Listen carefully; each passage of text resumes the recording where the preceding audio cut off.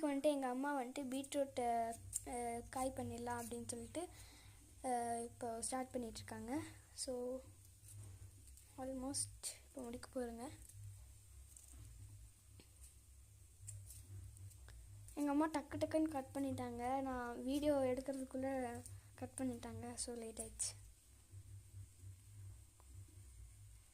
இதை நல்லா துருவி எடுத்துக்கணும். இப்போ வந்துட்டு அம்மா வந்துட்டு இது கட் பண்ண போகிறாங்க.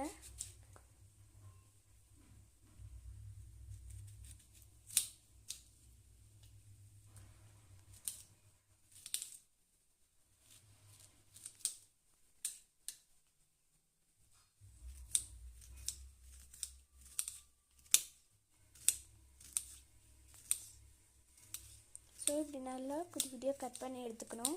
அதுக்கப்புறம் இந்த மாதிரி ஒரு பவுல் எடுத்துகிட்டு அந்த பவுலுக்குள்ளே நம்ம கட் பண்ணி வச்ச பீட்ரூட் போட்டுட்டு கொஞ்சம் நேரம் தண்ணியில் போட்டு நல்லா அலசிக்கணும்.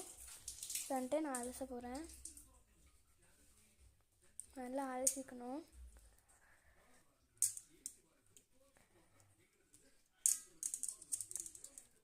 நல்லா அலசிட்டு இப்போ வந்துட்டு எங்கள் அம்மா ஊற்ற போகிறாங்க. ஏன்னா நான் ஊற்றினேன்னா பீட்ரூட்டு கீழே விழுந்துடும். ஸோ எங்கள் அம்மா எடுத்து தண்ணியை மட்டும் எடுத்து கொட்ட போகிறாங்க.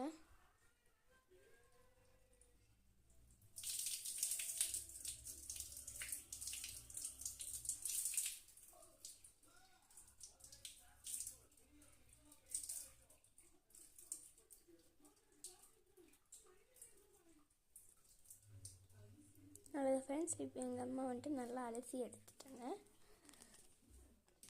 இப்போ வந்துட்டு இது எல்லாத்தையும் ஒரு குக்கரில் எடுத்து போட்டுக்கணும்.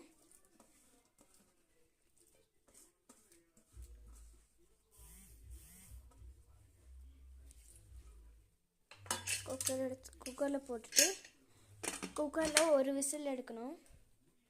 இப்போ வந்துட்டு குக்கரை எடுத்து கேஸில் வச்சாச்சு. ஸோ இப்போ நம்ம கேஸ் ஆன் பண்ணிக்கலாம்.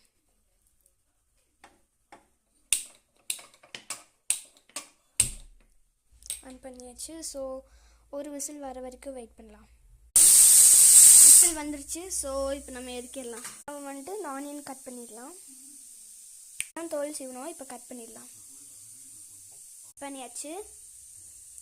இப்போ வந்துட்டு பண்ண வேண்டிய ப்ராசஸ் எல்லாம் பண்ணிடலாம். இப்போ வந்துட்டு ஆனியன் கட் பண்ணி வச்சுட்டு எடுத்துட்டு அதுக்கப்புறம் அது கூட ஒரு ரெட் சில்லி எடுத்துட்டு கொஞ்சம் கருவேப்பிலை எடுத்துக்கிட்டு சட்டியில் கொஞ்சம் எண்ணெய் போட்டுட்டு அதுக்கப்புறம் கொஞ்சம் கடுகு எடுத்து கடுகையும் போட்டுட்டு நல்லா